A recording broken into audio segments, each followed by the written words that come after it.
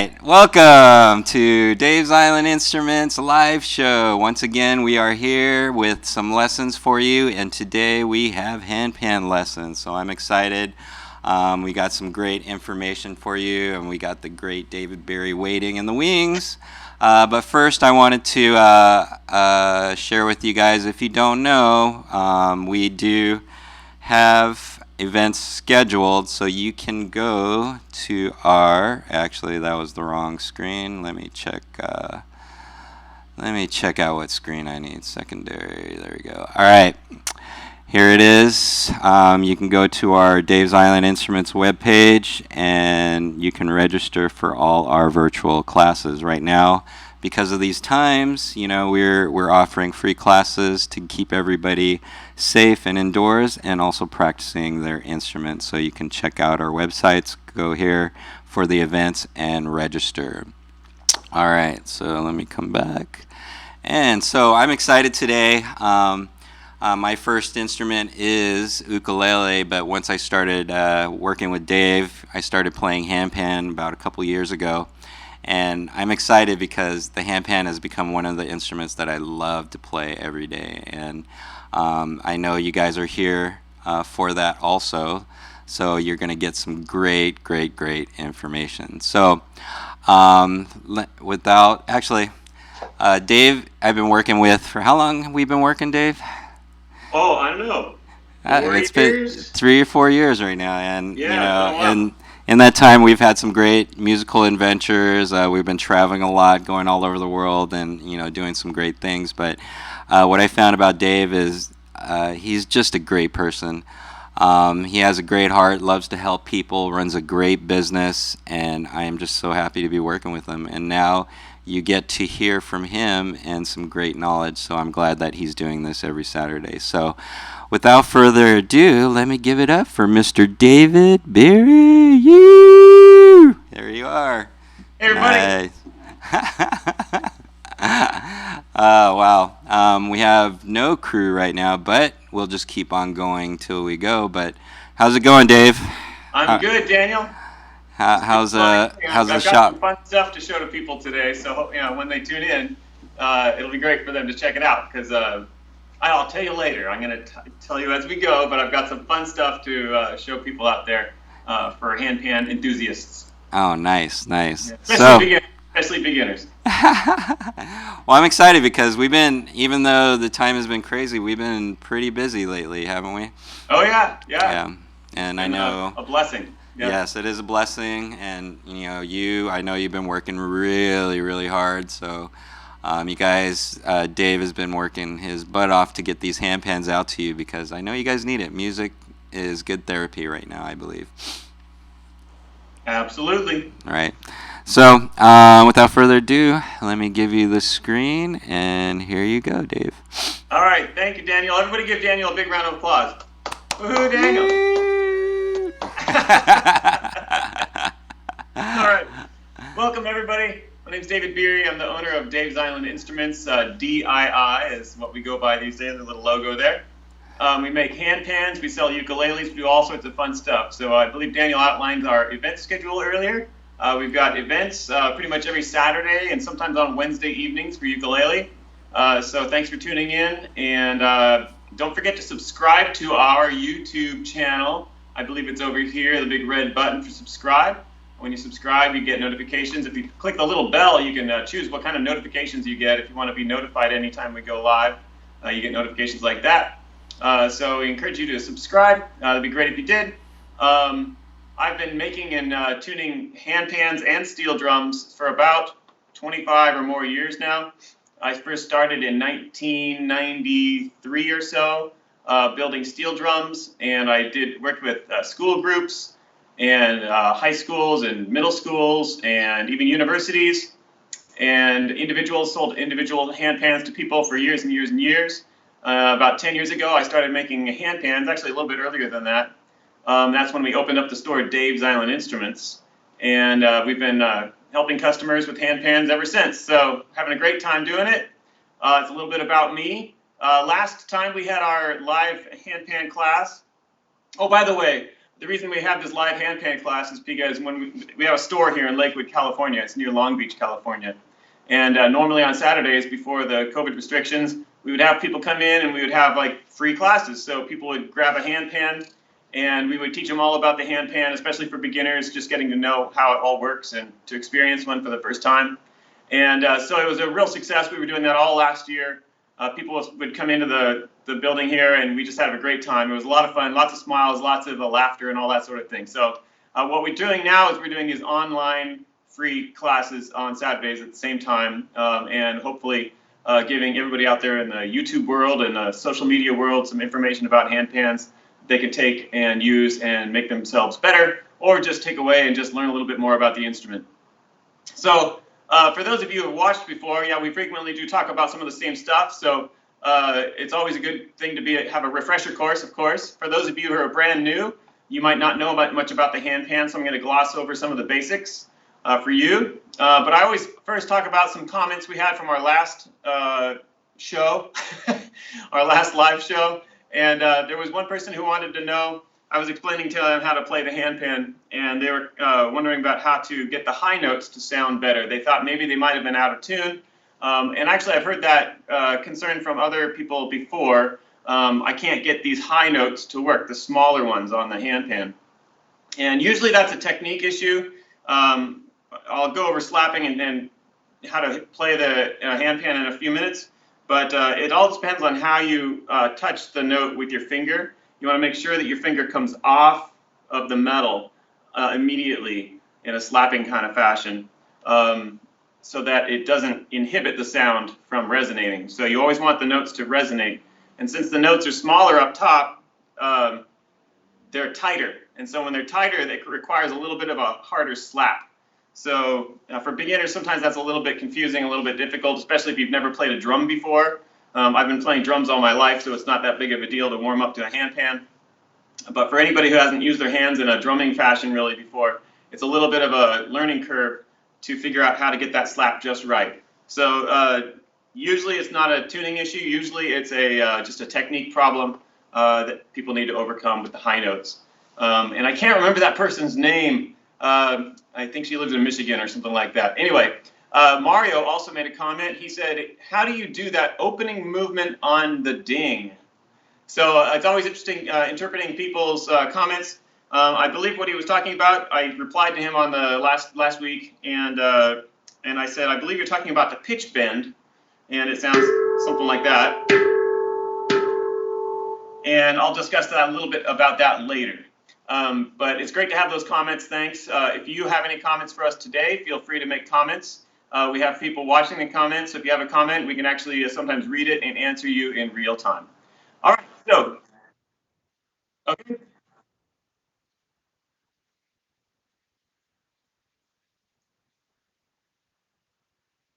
I can try. My head might go out of screen. How's that? Is that better? We have a question now. They hear everybody. King Esper Comics. Oh, it's yeah. Chad is on. Chad. I would be, and I'm gonna bring this on the screen. Here we go. I would be interested in the techniques for hitting the bottom notes as well. Those are the ones I have a harder time getting into ring right. Oh, of course. Yeah. Bottom notes are a little bit more of a technique issue. Yeah, definitely. So, you gonna show him later? That was his question. Well, this one doesn't have any bottom notes on it. Oh, yeah. So I can kind of just give you a little pointers on that. Yeah, I'll just do it right now. So you're slapping those bottom notes. First of all, you need to make sure if you have a stand that the legs of the stand aren't touching those notes. So first of all, you need to make sure that it's positioned correctly on the stand, or change the orientation of the stand so that the little stand parts aren't touching the notes. Secondarily, you just need to, if you're having it in your lap, again, I usually put my legs closer together so my legs are more like right here on the handpan and not out here, because if they're out here, they're more likely to be touching one of the notes and muting one of those notes. That might be obvious, but if you didn't know that already, just a couple suggestions. When you have to reach over and touch, I find that my ring finger is kind of floppy, and I like using my ring finger to slap underneath, and it's just that slapping motion like that.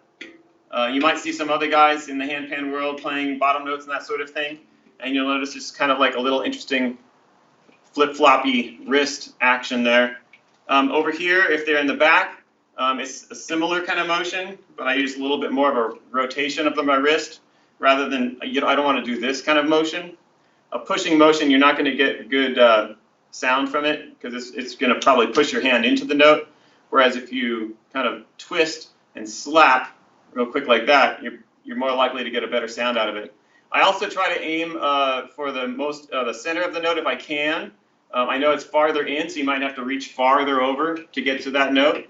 The one on the left the ones that we make, the ones on the left should be fairly easy to reach with your left hand. It's right below the E. Over here, the G that's underneath, the ones that we make, it's kind of between the D and the A over here, and that might be a little bit of a challenge. But yeah, I mean, I really do think mostly it's all about practice and all about technique and just exercising those muscles. Sometimes with the note that's up front that we tune, I tune a B flat over here, my body needs to move forward a little bit. So go ahead and feel free to move your body forward to access that note a little bit better. Those are my suggestions. It's fun once you get it. I think you're going to really enjoy it. So just keep on practicing, Chad. Great question. All right, so I'm going to go on to the beginner aspects of the handpan class. If nobody else has any questions, anybody have any questions? Feel free to answer or ask them. We'll have some answers for you as soon as we can. If anybody has not experienced a handpan before out there, this is a handpan. The reason this one's kind of goldish is it's made out of stainless steel. A lot of handpans are made out of regular plain steel. A lot of our handpans that we sell here, we have actually 3 models. We have a satin model, a clarity model, and the stainless steel model. The first 2 are called Luna Clarity or Luna Satin, and this one's called the RS Stainless Steel.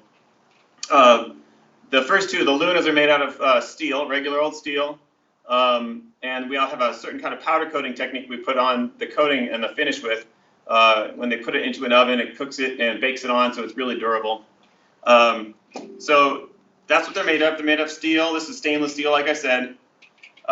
There's 2 shells. There's a top shell and a bottom shell. The bottom shell has this big hole in it. It's called a GU, G-U. You can get some cool bass tones out of it. You can play little sounds around there. Percussive things. Sometimes people turn it over and play that as kind of a rhythm instrument. On the top, obviously, you can see how it has all these little dimples and larger notes in the middle, larger, bigger notes here on the outside, and then smaller notes towards the front. The big one in the middle is called the ding note, D-I-N-G, ding note. The ones around the rim of the instrument here are called tone field notes. I sometimes just call them notes. Some people call them tone fields. We've started generically calling them tone field notes. The little areas in the middle, these little divots are called dimples, D-I-M-P-L-E-S, dimples. And they kind of are there to help to keep the sound from being too splatty. It's a nice, even, warm tone. They kind of control the sound of the notes a little bit. So that's why those dimples are there. All right, so if you're an absolute beginner and you want to learn how to hit the instrument, that's usually one of the questions that people have most difficulty with understanding. So what you want to do is you want to give it a slap with a single finger, usually works best. Try not to use your whole hand. A whole hand tends to mute the note and make it sound muted. So try to use either a single finger. I usually like my index finger or my middle finger. Occasionally I'll use my thumb, but those are my preferred fingers. Sometimes I'll play 2 notes at the same time. Sometimes I'll use my ring finger, like that, to play 2 at the same time. But typically when I'm playing single notes, I'm either using my index finger or my middle finger, or occasionally my thumb. So the first thing you want to do on the note when you're playing it is you want to attack it like that. So you'll notice that my finger does not stay on the metal. It slaps and immediately comes off. So one thing a lot of people also do is they tend to have like a curved finger. They do this. And that tends not to get the best sound quality either. So try not to grab it. It's not a grabbing motion. It's more of a falling motion, as if you're falling with gravity. It's almost like a flat hand falling with gravity and just touching the note like that and immediately coming off. So that's the basics of how to play a handpan note. They all react basically the same way. This is the ding note on top. And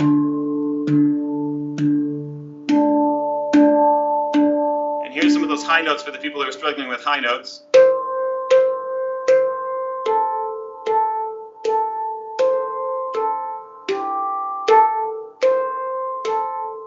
Okay, so you see how that works?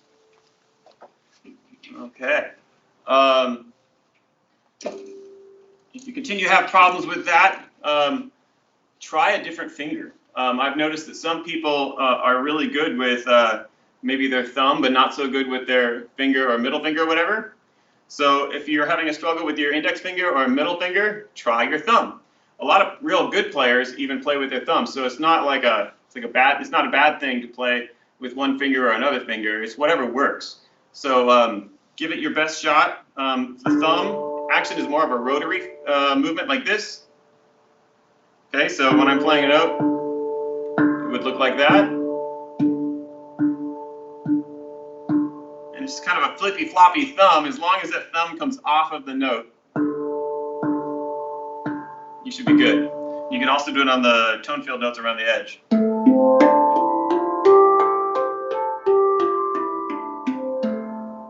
Okay, so if I was playing with my fingers,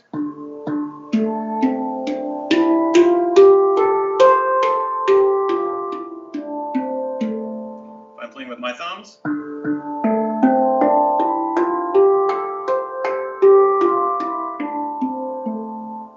All right, so you see how that works. You'll notice there's a little bit of a sound difference between the fingers and the thumbs. So with a handpan, it's a percussion instrument, and a lot of percussionists use their hands to play percussion instruments, for example, congas or bongos. And they can get all sorts of different sounds out of their hands off that single instrument, off of that one drum. So with a handpan, don't be afraid to experiment. It's actually kind of exciting to come up with new and different sounds. Everybody's hands react differently and move differently. So you might get a slightly different sound than somebody else, and it might be unique and fun. So give it a try. We've talked about in the past a service bell. If you're still having struggle with how to strike the note, there's a thing called a service bell. Like you go to a hotel and you got the little bell on the door, or not the door, but the counter next to the person that's helping you. If they're not behind the counter, you ring that little bell, right? So that little bell has like a little piston on top, and you have to strike that little piston, and then the bell rings. So that motion of striking that little piston on the service bell is almost the same as when you strike the note on a handpan. Ding, ding, like that. So go ahead, and if you can find a service bell, you can either find one or buy one, and you can have a good time with that. That's a really good method because if you push the service bell button down and don't release it, then the sound gets muted. And that's exactly the same problem with a handpan note. If you just leave your finger on there, it just mutes it. So make sure you come off of that note like that. All right. So in the past few sessions, we've gone through different kind of lessons. Last week we did chords, and I talked about how we've got a D minor chord on the right-hand side. Now this is, by the way, this is a sunset scale. We sell sunset scale D minor scales over here at DII. All of our handpans are tuned to that scale on top, unless it's a custom design. And so we're concentrating on the D minor. It's a great instrument because a lot of people really love it. Also, as a group, if you're playing in a group, everyone can play together and enjoy the experience together. So on our D minor sunset scale, sometimes people call, in the handpan world, they call it the Celtic minor scale, by the way. So some people are more familiar with the term Celtic minor. Either way, it's a D minor scale, and on the right-hand side, the notes here, those are D minor notes, and on the left-hand side, it's a C chord, or if you play slightly a little bit over here, it's an A minor chord. So all I wanted to show you from the last time is that there's a difference between one side to the other side. If you want to play something in harmony that works together, play on the right-hand side. If you want it to sound slightly different but also sound in harmony, switch to the left side and go back to the right side, and you can have some fun with that. You can play either arpeggios. Arpeggio is when you outline the notes like one at a time. 1, 2, 3, 4, 3, 2, 1. that sort of thing, or over here. That's called an arpeggio. If you play them together, that's more like saying I'm playing a chord, so more than one note played at the same time. So one thing I notice a lot of beginners do is they play both of their hands together, like this. And to some degree it's kind of a cool sound, but especially these two notes are a little bit dissonant together, or if you play these two notes, they don't quite make harmony. So that's why I'm suggesting try playing on the right hand side or the left hand side. And it's a great way to get the drum to sound musical immediately and not have that dissonant sound that you might have been hearing. Okay, so we talked about chords a little bit last week. We also talked about single hits, like a little exercise. So if you're a beginner and you're trying to learn how to strike the note, a simple exercise would be just to start on the ding note and just hit 4 times on the right hand, 4 times on the left hand, and repeat that until you start getting a little bit better sound. Relax and don't forget to breathe. So here we go. So it sounds like this. 1, 2, 3, 4. 1, 2, 3, 4.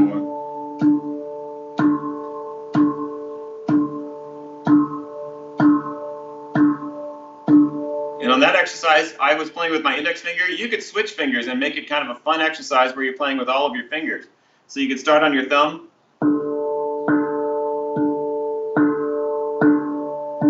Then maybe move your index finger.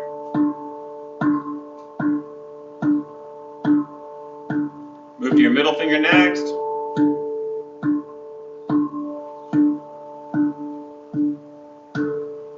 You can go all the way through all of your fingers, like on my ring finger now. Even my little pinky finger there, the little finger. It's a little bit harder to play with that one, but it's interesting. It kind of gets a nice light sound. So if you're ever looking for a light sound, it also kind of looks cool while you're playing. If you're into the performance of it, playing with your pinkies might look kind of cool just performance-wise because your hands are flopping around like that. It kind of looks like you're a butterfly flying. So you can practice that exercise with all the fingers and just give yourself some time, 5 minutes, whatever you want to do. Just go back and forth, try to get that tone really good. You can also spread that exercise out over on different notes. So instead of staying on the ding, you can play 4 here and 4 here.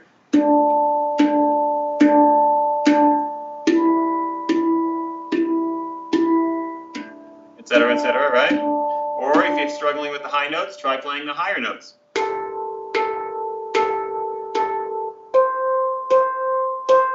One of the biggest things I would suggest is just to relax. Try to keep your arm relaxed. You can see my wrist is a little bit tight because I'm just trying to keep it with the gravity moving down, but it's not rigid, and I'm not like really tightening my arms at all. I'm really just falling down with gravity and just allowing my arm just to fall into that note. Sometimes this part of my hand does touch the metal over here, away from the note, and that's okay.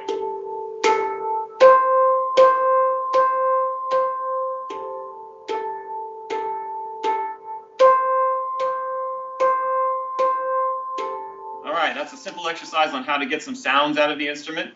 We can also do scales up and down. So a scale is going from a low pitch to a high pitch sound. So on the handpan, it's kind of it's not in a circle. It's laid out in a alternating hand fashion. So on the piano keyboard, you kind of move like this with your fingers going up the keyboard and then back down the keyboard playing scales. But on the handpan, you're going to be playing left hand, right hand, left hand, right hand, left hand, right hand, alternating back and forth, okay? So if you start with your left hand on the ding note, usually the next pitch that you're going to move to is on your right hand side. And the lower, by the way, the orientation of the instrument is sometimes tricky for beginners. They don't always know how to set it up.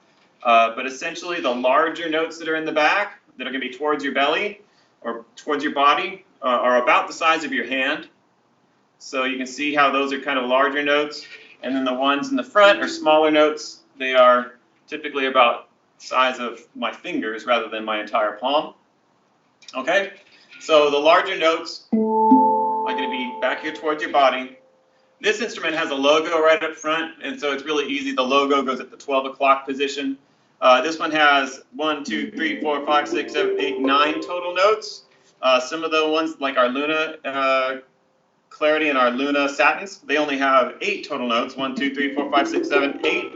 And the logo is actually offset. It's either slightly to the left or slightly to the right. So on that model, the logo is not really a good place to orient the instrument. But for the 9-note handpans that we sell, the RS, the logo is right in there in the middle. So it's easy, right at the 12 o'clock position. All right, so on a scale, you're going to be playing from your left hand to your right hand, left, right, alternating up the instrument.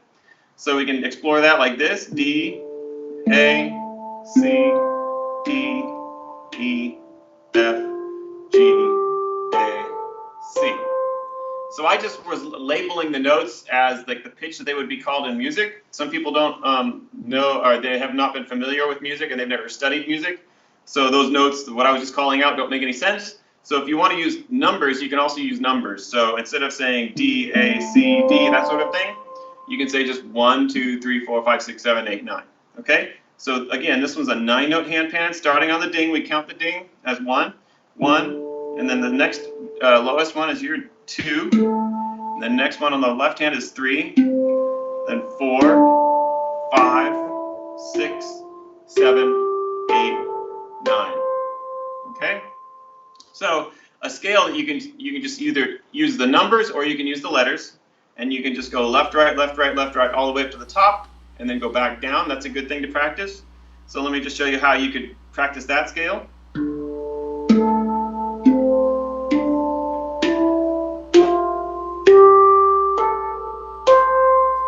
Okay, stop at the top and then start again on that same note that you just finished on. Start again and go back down.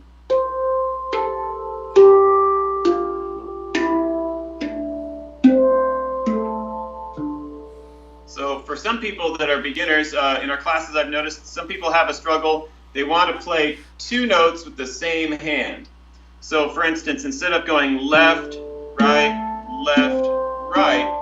they might play left, left, and then they get messed up because the next note is over here and they either reach over with the right hand or something, some kind of struggle occurs. Or maybe left, right, right, or left, left, or right, right, left.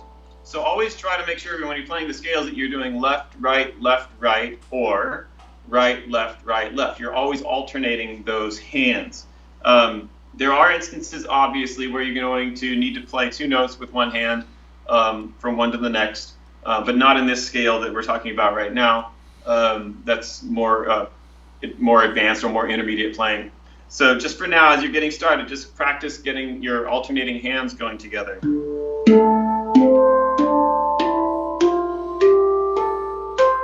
there and then start again on the exact same note, at number 9 or the high C.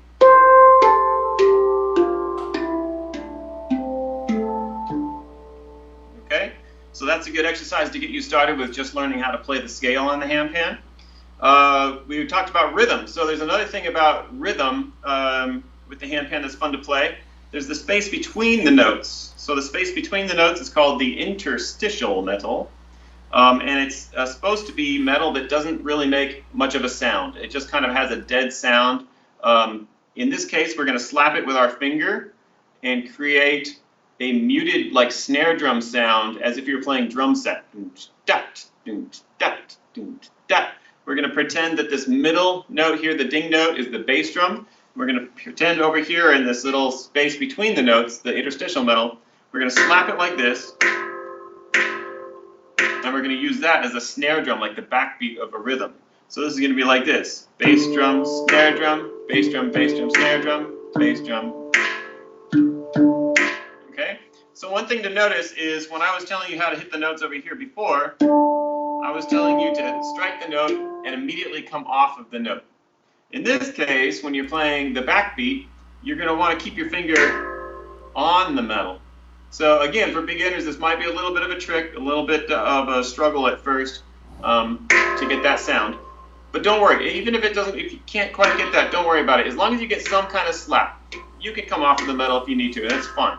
You're still going to get a little bit of a slap. But in general, if you want to have a nice slappy slap, you're going to want to leave that finger on there and kind of dig into it a little bit to get a nice snap out of it. Dave, we got a question Yes, from sir. Chad again. When you were talking about playing chords, and let me bring it up on the screen here. When playing chords like 5 and 7 together, what is a good technique to use? I find myself reaching across using my right hand because I can't get a good sound out of my left. Okay, got it. So, like you're saying, if you're playing like 1, 2, 3, 4, 5, or 6, or 7, like those notes, is that what you're talking about? I believe that's what you're talking about. So, when you're playing chords, for instance, if I'm playing over here, you notice my left hand is reaching over the top of the instrument to get to that note on the top, right? I believe this is what you're talking about. Over here, my right hand is crossing over.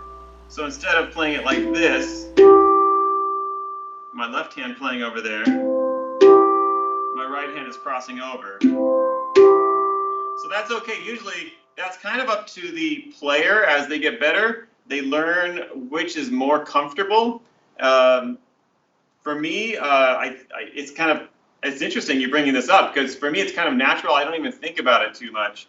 But if I was to play those notes, I'm going to reach over to that F there because it's easier to reach. If I go up, these positions here are very comfortable.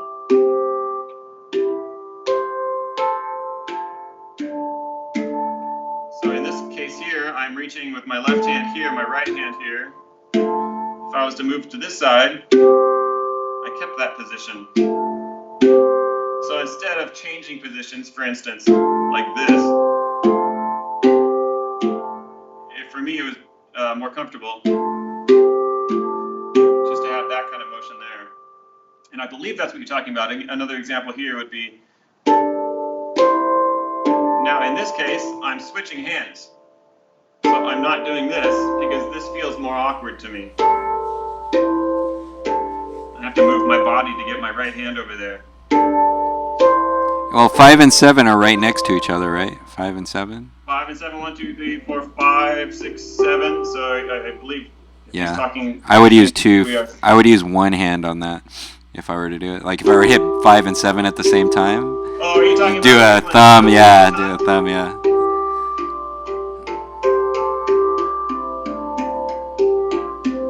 Anyway, there's all sorts of variations you can come up with. I'm just kind of giving you an idea of if my body starts to get contorted trying to play a certain note, just try a different position. Sometimes it does take a little bit of practice to get in a certain position that works a little bit better, and it might take some practice. But really, it's for me, it's a comfort thing. And if you're playing faster stuff, you want to have it comfortable where you're not fiddling over the instrument or going to trip yourself up. So that's an interesting question. It's kind of fascinating. I haven't really thought about it too much in a class like this. But thank you for asking that question. We'll think about it a little bit more. Thank you. Alrighty, so back to the rhythm. So we were doing the Austin Funk is the exercise we're going to talk about here, where we play a rhythm with our right hand, which is like the snare drum, and the left hand plays the bass drum part.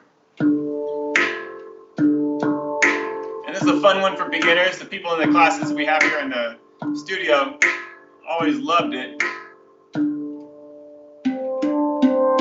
So it starts out with a simple rhythm, like this.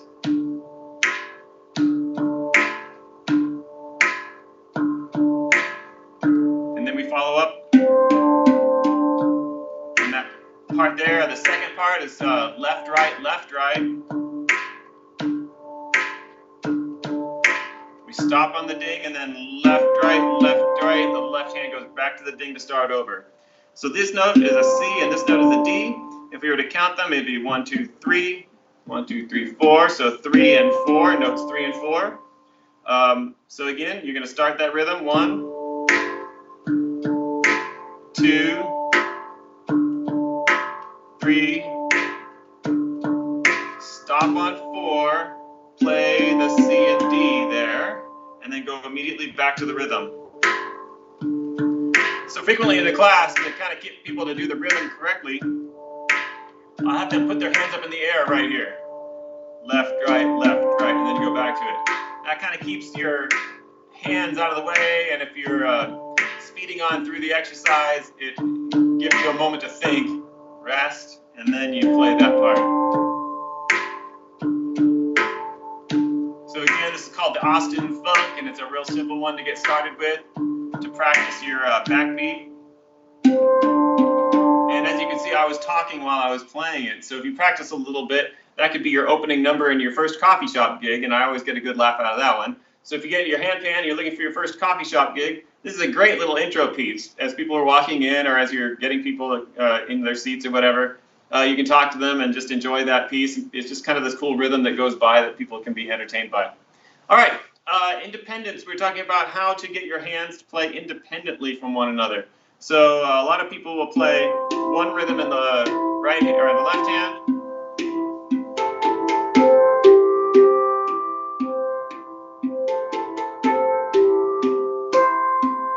I'm playing a melody with my right hand, and I'm playing a repeating pattern over here with my left hand. In crazy musical terminology, that's called an ostinato, I believe. So we're playing a repeating pattern over here. Now right now I'm just playing 1, 2, 3, 4, 5, 3 and 5, which is C and E. And I was just making it up as I went. I didn't practice that beforehand. And I was just playing back and forth on the C and the E.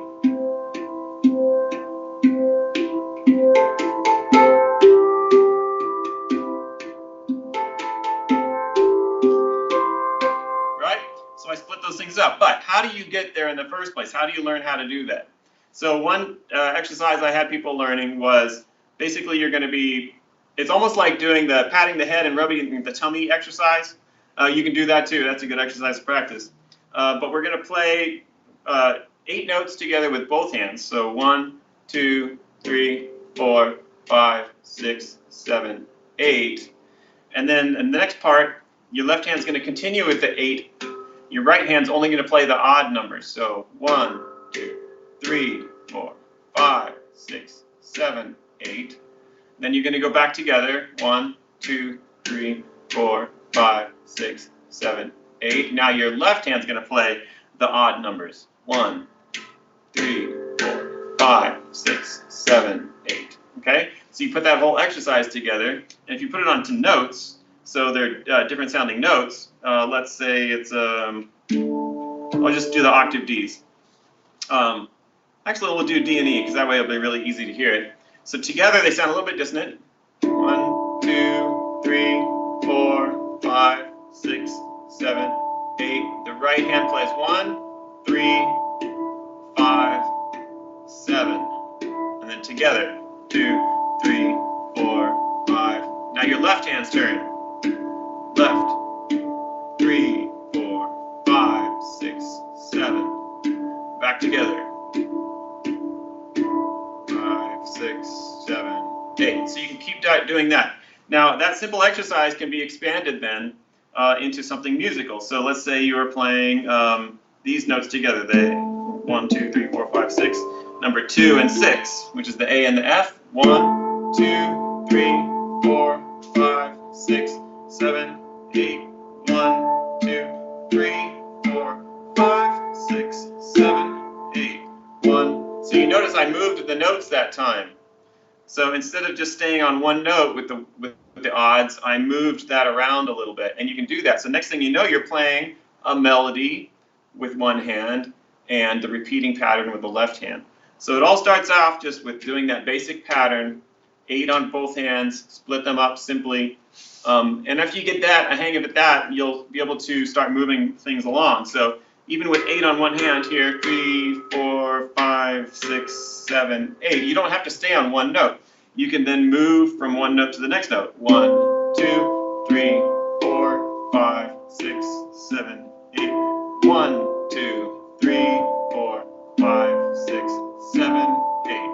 So you can see now I've got a repeating pattern here, and I was playing the odd notes with my right hand, which became the melody.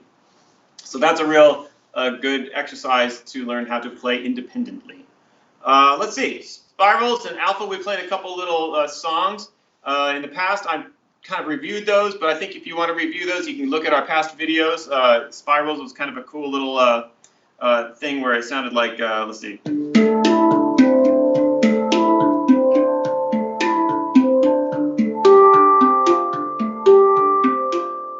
Fun little repeating pattern. You can make some music out of it and make it softer, louder, and really enjoy yourself with that. It's very meditative.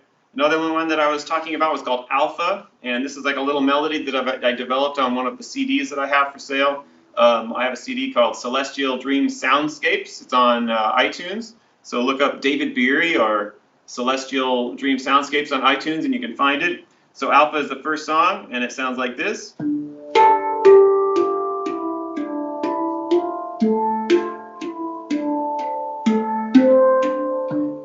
Repeating pattern, so I just did the whole thing.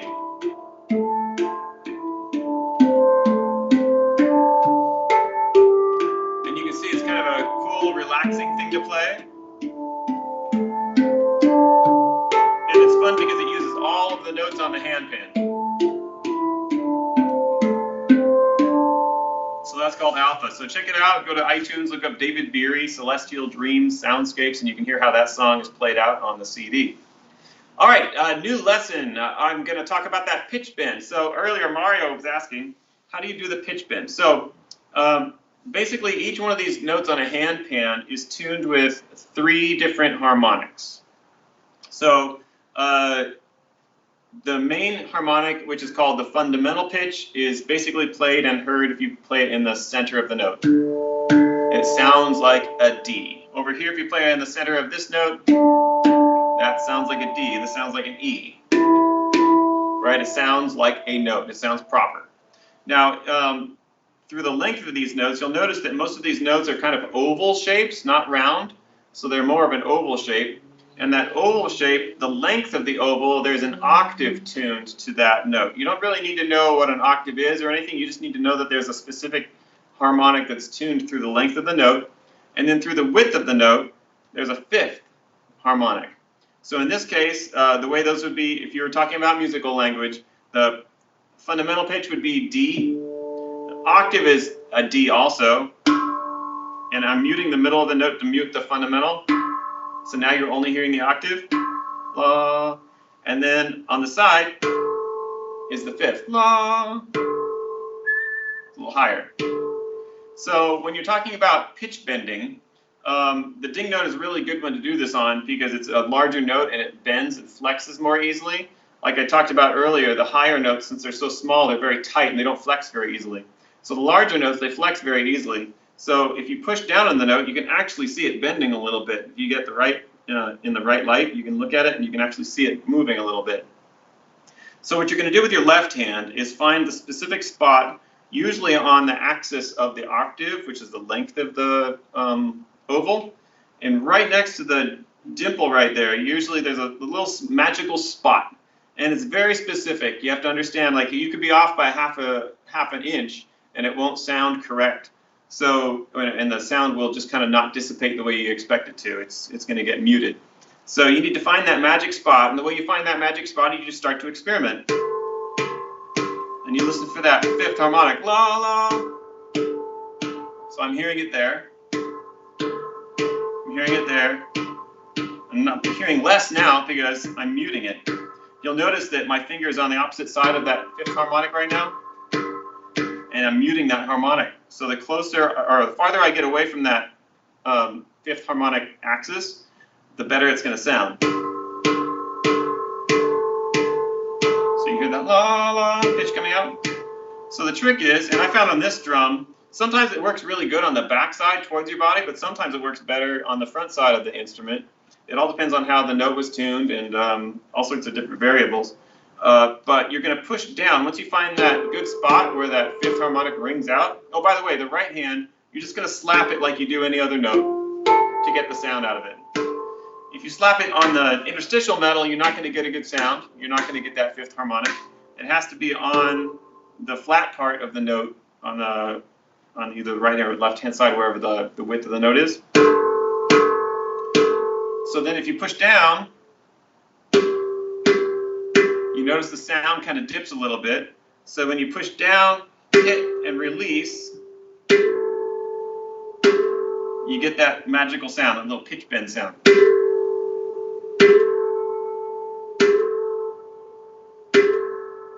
Okay? So the fun thing about that is when you're playing,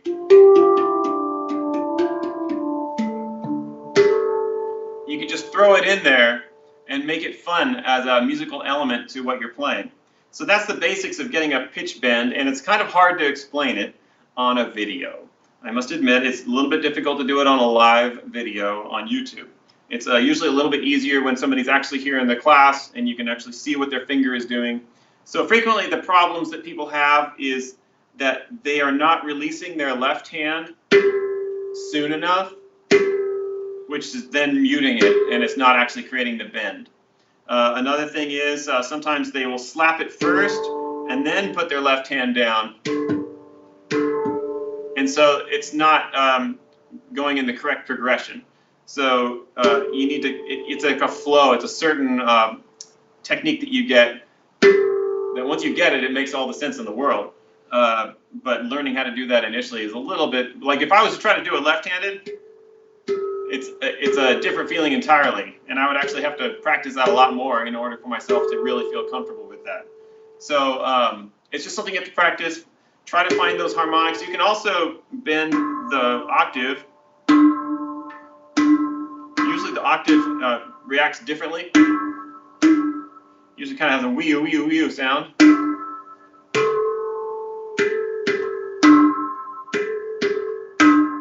Sometimes on the octave I've just been able to push in the middle to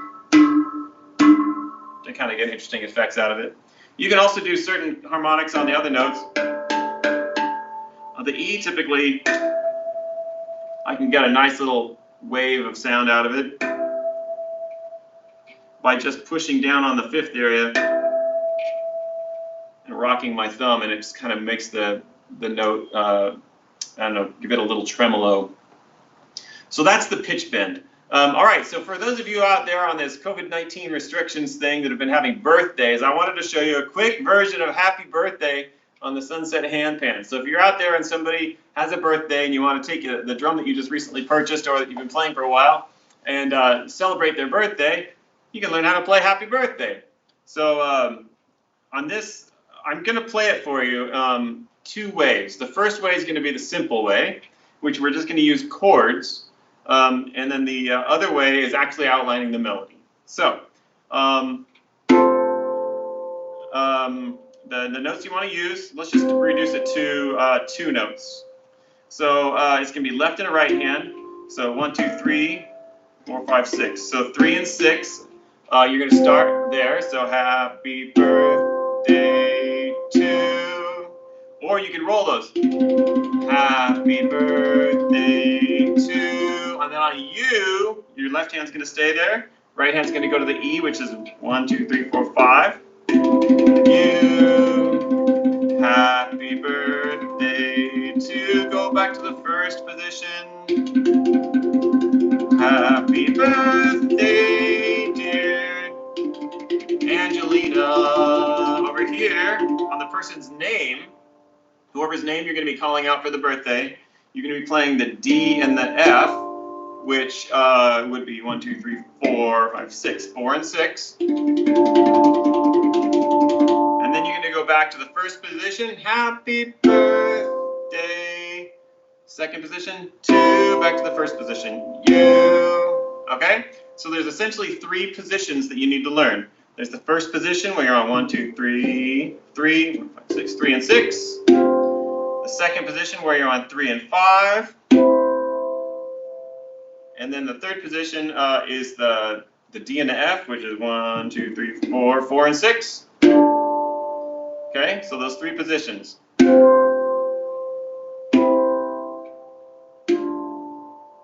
If you can get those, you can roll those notes together to make the happy birthday chords. Happy birthday to you. Happy birthday to you. Happy birthday, dear Angelina. Happy birthday to you. Okay? So that's a simple way of playing Happy Birthday. If you want to just play it with your friends while they're singing, you can play your handpan. It'd be a lot of fun. But if you want to play the melody, let me outline the melody to you. So I'm not going to go into exactly all the note names or the note numbers. because on a video like this, it's going to get confusing. But just try following along a little bit. You can play most of the melody. There's one part that you can't play exactly like the melody, so it's okay. We're just going to kind of fudge it towards the end, but overall you can play it. So it sounds like this.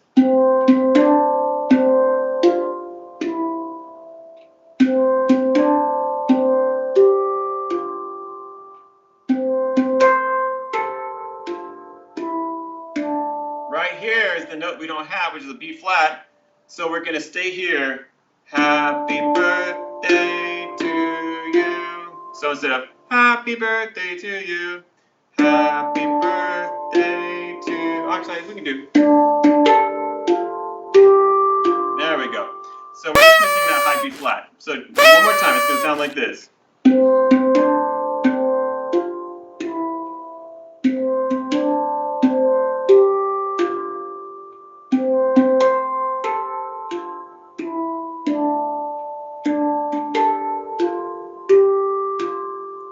Look at that. Okay, so that's something fun that you can learn. Show your friends. Again, you can do it with the chords.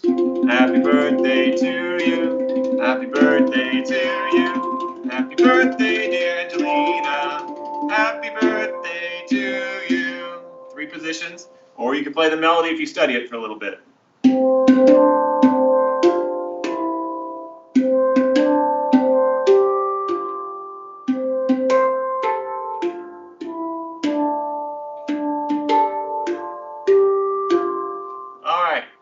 That's the class for today. I hope you learned something. For those of you who tuned in for the first time, you can always make questions. Sounds like Daniel has a question for me right now, but if you're watching and you have another question, feel free to throw it in there right now. So before we finish the video, we can answer your question live, hopefully. So, all right, Daniel, what's the question? Dave, actually, there was some questions about the happy drums, but I thought this would be a great opportunity if you have an ohm drum to share with people some of the new products that we have. Tim Richter was asking about happy drums, but also wanted to see some of the new products that we're coming out with. Awesome. No, thank you for that question. What was it, Tim? Tim Richter. Yeah, Tim. All right, thank you for the question, Tim. Since I don't have a happy drum here with me, I can't really show you. It's hard to describe a little bit verbally to people. But instead of having a handpan with these notes that have been hammered into the surface of the metal, a happy drum or a tongue drum is more of the generic term, has little cutouts on the metal. And the cutout portions, they flap like this, but obviously really in a very minute way, so you can't really see them vibrating. But when you strike those little flapped cutout areas, they create a pitch, and that's called a tongue drum because you imagine like your tongue is flapping like this. Okay? You don't have one, Dave? I have one right here. No, not. Oh, if you have one, yeah, go for it. So each of those tongues resonates, and they're set up similar to a handpan. A lot of people that like handpans also like tongue drums. I worked with Graham at Happy Drum over the Happy Drum Company, and we developed this product here that Daniel's showing you. You can see it has tongues on the bottom, and it has handpan notes on the top. And we're calling that a hybrid handpan tongue drum. The one that we're selling, we just came out with this. Daniel's playing it like almost for the first time publicly here, and we're calling it the Luna Ohm Hybrid Handpan, OHM, Ohm. So it's the Luna Ohm Hybrid Handpan, and it creates a very haunting sound. At the bottom, you can play it with either fingers or mallets, so it's kind of a unique sound. It gives it a really, really chant-like sound to it. So if you're really into chanting or Tibetan throat singing or anything like that, or if you have an instrument like native flute or didgeridoo, it's a really great instrument to play with those, and it's a very unique sound. So I don't know if I can't hear you, Dan. Let me see if we can hear you real quick. Go for it. All right, here we go. Oops, I'm trying to get my mic here. Hopefully.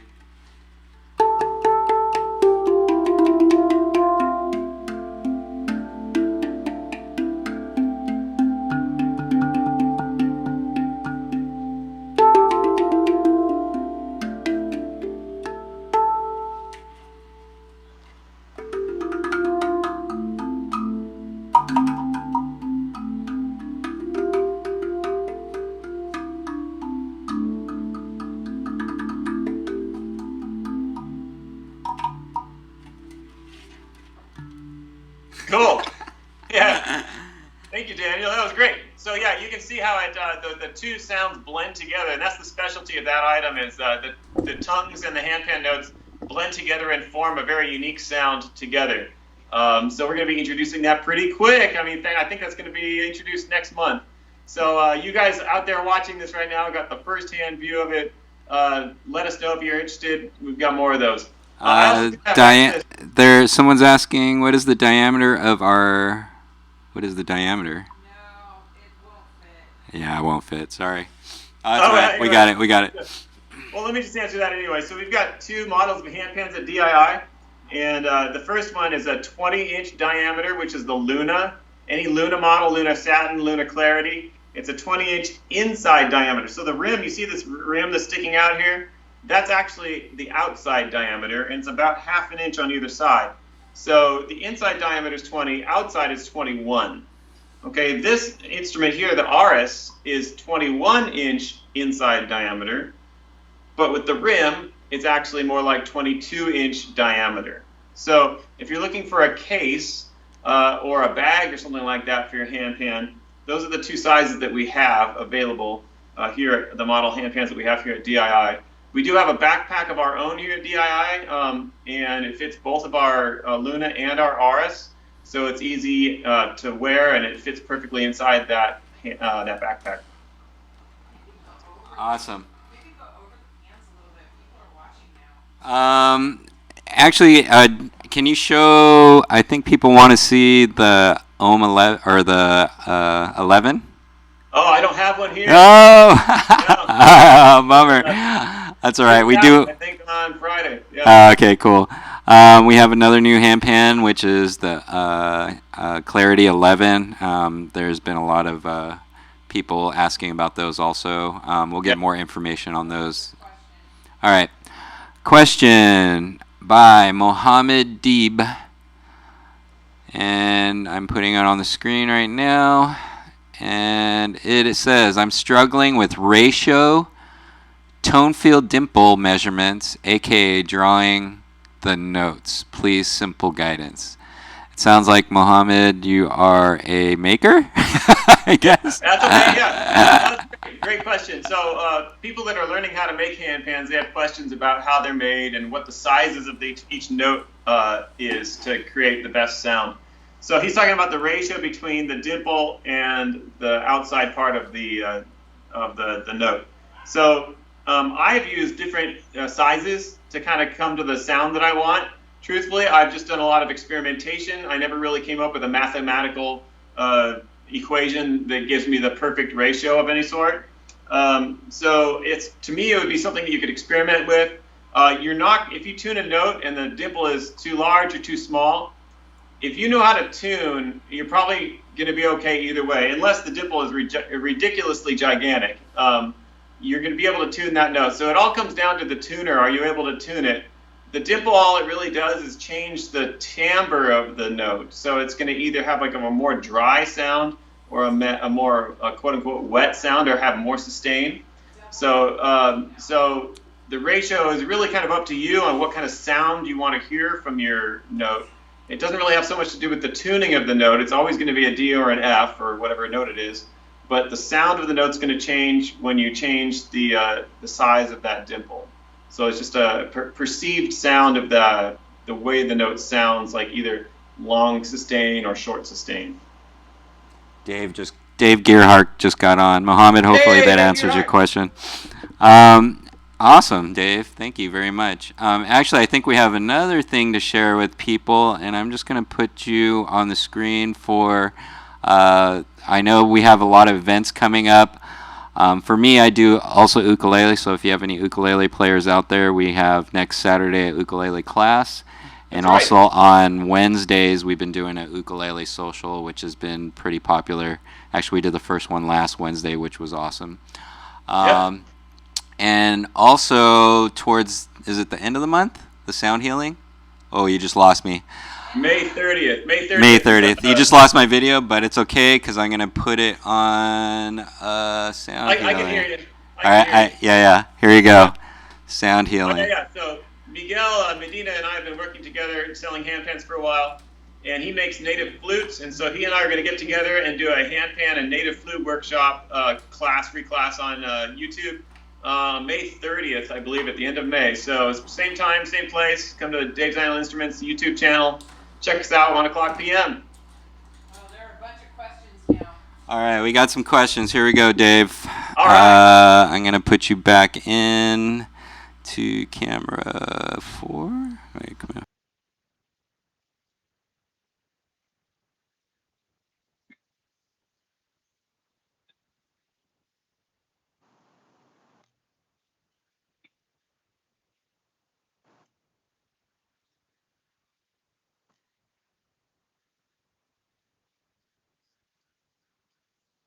Good question. So it sounds like a question for maybe a beginner that's just learning how to play. So I mentioned towards the beginning of the video earlier today, and I just kind of skimmed over it. I didn't go into real detail, but let me just show you up close again. So when I'm also striking, basically some people have the question, Dave, are you striking the center of the note? And yeah, ultimately I am, but I'm not pushing down in the center of the note. I'm just allowing my finger to flop down into that note area, to the dimple. And you can see my hand. There's two ways. My wrist, the way I'm doing it right now, I'm kind of bending my wrist. There's the other way too, where you can have more of a flat wrist. It's not tight. It still needs to be loose. So everything's slightly tight because you need to keep it in that position, but it's not rigid. So there's a difference between just, tight, a little bit tight to keep the position, and rigid. You don't want to be rigid. And then that note, or when your finger just falls down on the note with gravity and the motion you're making with your arm, and then the fingers comes right off of that note. So if you're doing that curling fashion like this, where you're trying to dig into the note a little bit, that typically mutes the note. Some people, I do notice, they can actually kind of get a cool sound out of that. It's another technique I've noticed with people playing it, where you're using the fingertip and kind of like just hitting it real briefly. But either way, the whole point is you have to come off of the note super fast, where it's kind of like a bouncing. Your finger just bounces off of the note. I don't know if that helped you out a little bit more than I talked about earlier, but that was a great question. A lot of people have that same exact question.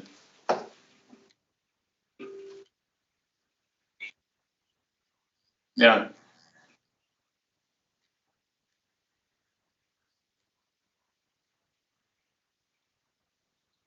Oh, by the way, I had one person that was in the class here at DII, and she was struggling with the exact same thing. She was kind of muting the note every time she hit it. And I eventually just told her, play softer. And as soon as I told her to play softer, I think in her brain what she did is she relaxed. And next thing you know, she was getting a better sound out of it. So try not to think about it as a hard hit or trying to get the sound like loud. Sometimes just being more relaxed and just getting a soft sound will get your brain and your muscles to work in a way that maybe you'll be more successful. Yeah.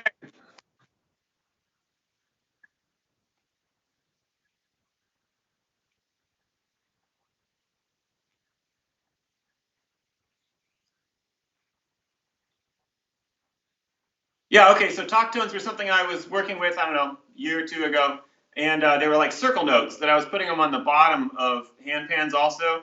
So I did have like just a smaller talk tone drum that I was thinking that people could use. It wasn't really supposed to duplicate a handpan. It was supposed to be its own unique instrument and had its own unique sound, but it was less expensive because less work goes into making it. So it was essentially the same technique. You still have to slap it, and it's almost pretty much the exact same method that I was just explaining a second ago. But the notes just have a little bit more of a punchy percussive sound. Sounds a little bit more like a steel drum and a marimba all at the same time. So I really dig the sound of those talk tone drums. But that's the technique of playing them. It's basically the same technique as you would use for a handpan. Nice. All right. Any more questions out there? I know we're over our time right now, but yeah, Dave, I don't think we have anything else, and thanks for sharing with us. I'm waiting Excellent. for any questions. We just put out another any questions, and if not, we will see you on the next one, I guess. All right. Thank you, Daniel. Thanks for hosting. Yeah. Give Daniel a big round of applause. Here in the background. Hey, thank you. My camera just went out, so you won't be able to see me. Sorry. I'm trying. I'm totally trying. Here, hold on. But yeah, awesome, Dave. Thanks for all the information. Remember, we are taking online